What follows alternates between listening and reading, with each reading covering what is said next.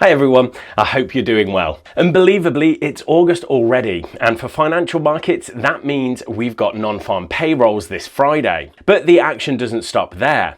There's the Bank of England meeting, as well as important PMI data to drive the Forex market. I'll go chronologically through what we can expect in this week ahead and finish off with the roundup of the economic calendar. GKFX Prime presents the week ahead.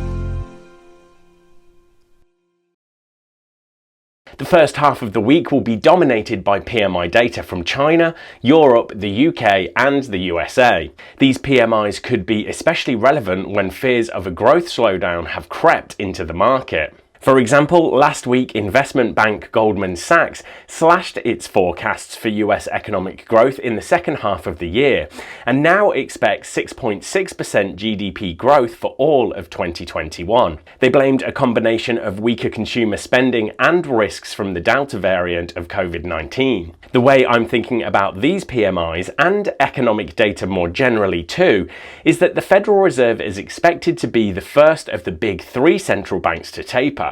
The other two being the ECB and BOJ. That's been helping the US dollar rise over the past few weeks.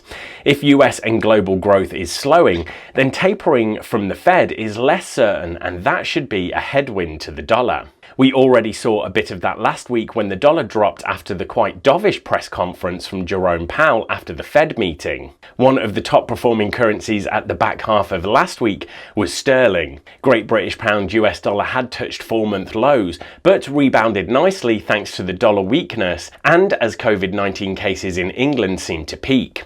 That brings us to the Bank of England. The BOE is nearing the completion of its £875 billion programme of British government bond purchases, the cornerstone of its COVID-19 stimulus.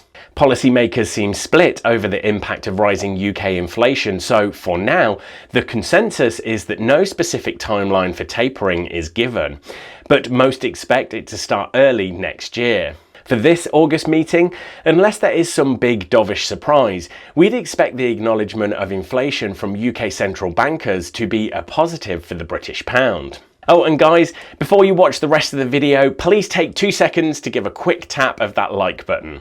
And finally, let's have a look at the economic calendar highlights. I should give a quick mention of the RBA meeting on Tuesday.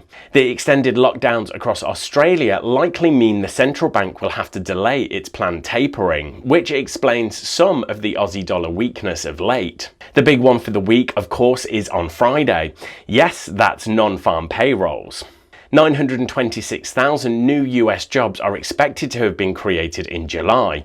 That's up from the 850,000 in June. The unemployment rate is expected to fall too, from 5.9% to 5.7%. Data showing a strong labour market could put pressure on Jerome Powell to give more explicit details about tapering at the Jackson Hole Conference for Central Bankers happening this month. Right, thanks everyone, good luck trading this week, and make sure you click on subscribe so you don't miss the next episode of The Week Ahead.